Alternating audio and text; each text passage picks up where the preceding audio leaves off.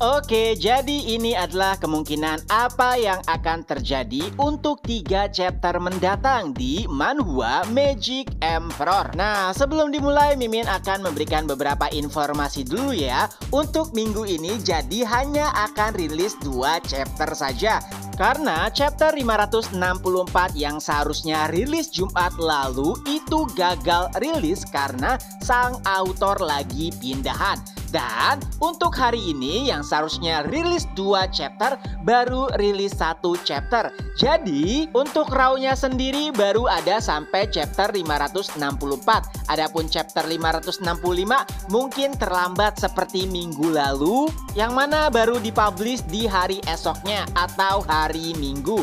Nah, jadi untuk pembahasan kali ini Mimin akan melanjutkan pembahasan dari spoiler minggu lalu, yaitu saat Zovan memperingati Kuigang untuk tidak menggunakan tekniknya. Begitu juga dengan Yuer.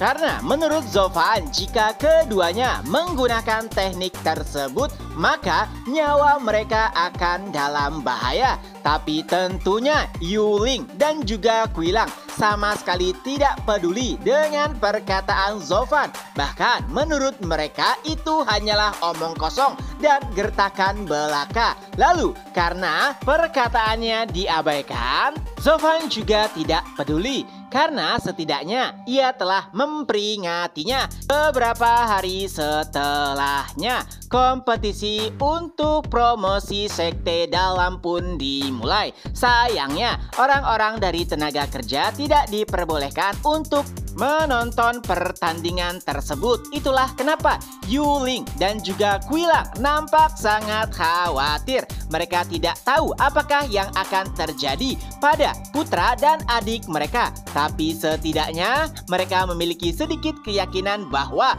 keduanya akan menang. Walau begitu, perkataan Zovan sebelumnya masih membuat mereka kesal. Mereka bahkan sampai menyumpahi Zovan karena mereka tidak bisa menyentuhnya. Mendengar hal tersebut, Pak Tua Yuan yang berada di sana pun meminta keduanya untuk tenang. Hingga beberapa saat setelahnya terdengar suara dari luar ruangan. Para pekerja, keluarlah, kalian memiliki pendatang baru.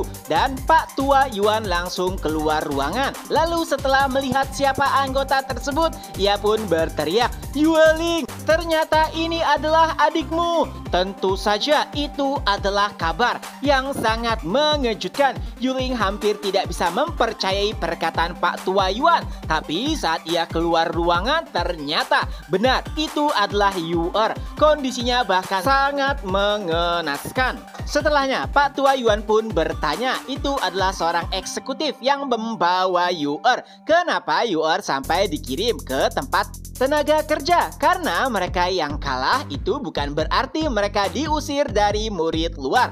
Lalu sang eksekutif pun menjelaskan bahwa selama pertarungan meridian milik Yuer hancur. Jadi itu sama saja bahwa Yuer telah menjadi sampah. Jadi sampah hanya perlu dibuang ke tempat sampah, yaitu tempat tenaga kerja. Lagi pula, walaupun meridian Yuer hancur, setidaknya bukankah kalian memiliki lingkaran Asura? Jadi ia masih berguna untuk dijadikan bahan. Mendengar hal tersebut tentu saja membuat Yuling murka. Tapi ia masih berusaha untuk menahan amarahnya dan bertanya kepada eksekutif siapa yang melakukannya. Lalu eksekutif menjawab, "Siapa? Kenapa? Apakah kau ingin membalas dendam?" Dari penjelasan tersebut seakan-akan sang eksekutif tidak ingin memberitahu kejadian sebenarnya. Dan itu malah membuat Yuling lebih murka lagi. Ia bahkan bersiap untuk menyerang sang eksekutif. Tapi untungnya Quilang menghentikannya. Ia berkata, "Yuling, tenanglah. Jika jiwamu tidak ingin dihancurkan."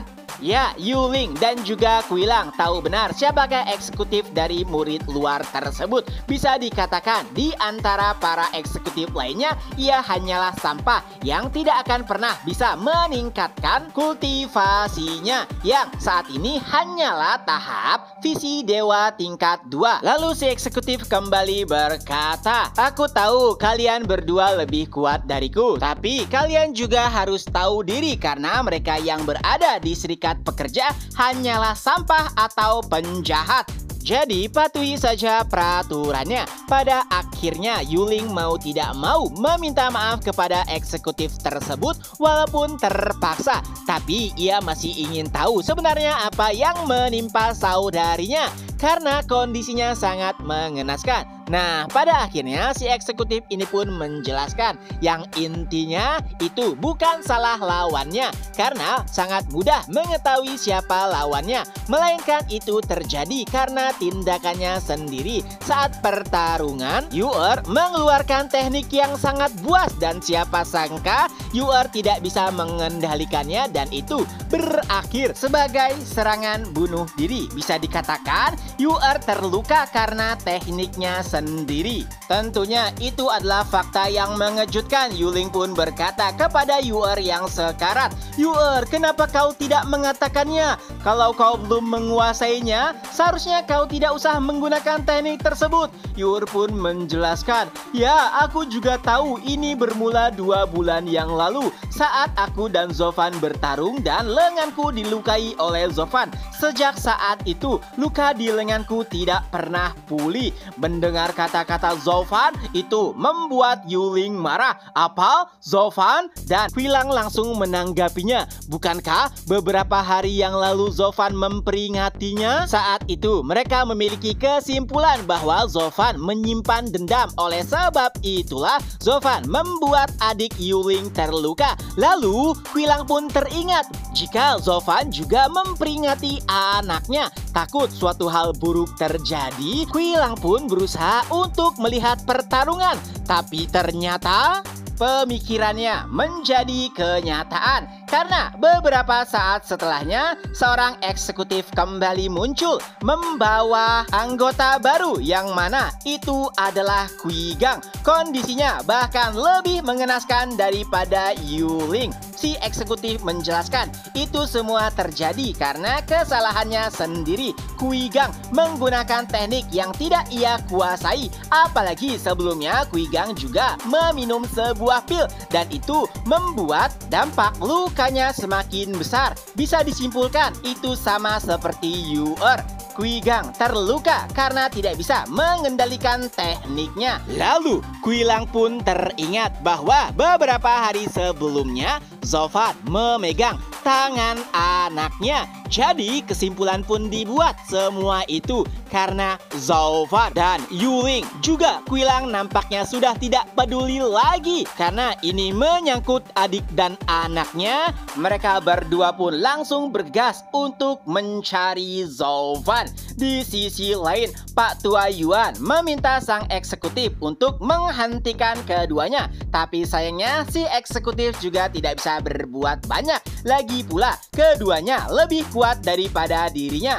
Dan karena ini adalah permasalahan serikat kerja, ia juga tidak mau ikut campur. Jadi sang eksekutif pun memutuskan untuk undur diri. Walaupun Pak Tua Yuan juga sudah menjelaskan bahwa tidak ada yang boleh menyentuh Zofan. Di sisi lain, Zofan terlihat sedang berkultivasi di wilayah makam milik penatua dan para pimpinan sekte terdahulu. Bagi orang lain, mungkin itu bisa dikatakan adalah tempat beracun karena memiliki energi yang merusak. Dan itulah kenapa Yuling dan Quilang mengirim Zofan ke sana.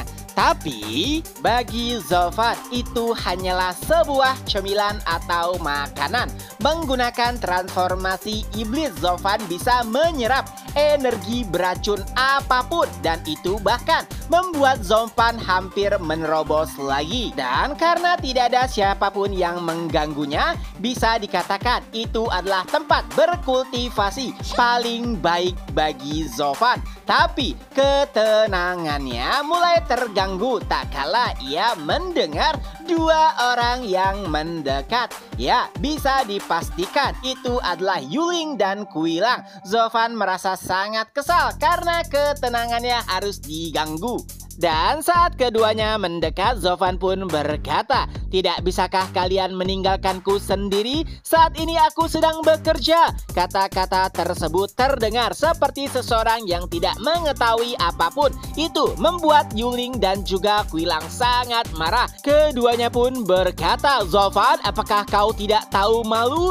Jika kau memiliki dendam kepada kami, maka lampiaskanlah saja. Tapi jangan lampiaskan itu kepada anak-anak." Mendengar perkataan tersebut, Zovan langsung paham. Ia pun bergumam, "Oh, jadi itu sudah terjadi. Bukankah aku sudah memperingatkan keduanya? Dan karena kalian mengabaikannya, itulah apa yang mereka terima. Sungguh disayangkan, mereka harus lumpuh." Kata-kata Zovan membuat Yuling semakin murka. Ia pun bergegas berusaha untuk menyerang Zovan. Tapi sayangnya, Zovan berhasil menghentikannya dengan sangat mudah. Keduanya nampak sedikit terkejut. Kala itu mereka yakin bahwa Zovan menggunakan artefak iblis yang bisa menahan jiwa. Nah, karena Zovan memegang sebuah tongkat, mereka berasumsi bahwa tongkat tersebutlah artefaknya. Keduanya pun sepakat untuk menyerang Zovan secara bersamaan. Tapi tiba-tiba sebelum mereka mendekat, Zovan pun menggunakan kekuatan jiwanya.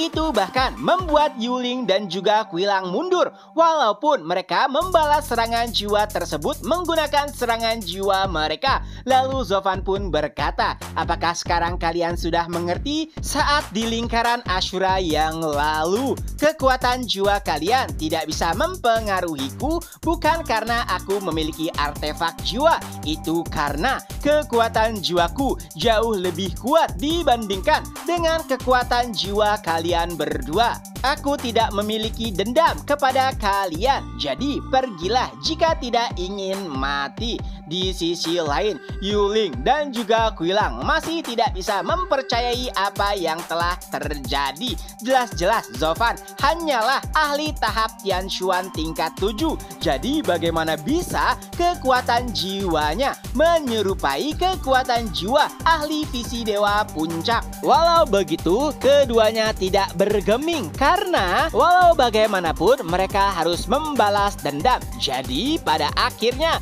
mereka kembali sepakat untuk menyerang Zovan, tapi dengan seluruh kekuatan mereka. Kali ini mereka harus menganggap jika Zovan adalah ahli ranah visi dewa puncak. Keduanya pun menggunakan teknik bela diri tingkat mendalam untuk menyerang Zovan. Tapi lagi-lagi serangan tersebut sama sekali tidak bisa menyentuh Zovan. Dan Zovan hanya membalasnya dengan menggerakkan sapunya. Dan alhasil, baik itu Yuling dan juga Quilang terpental. Dan chapter pun berakhir. Nah, itulah kemungkinan apa yang akan terjadi untuk manhwa Magic Emperor 3 chapter mendatang. Semoga terhibur. Ketemu lagi di next video. Bye-bye.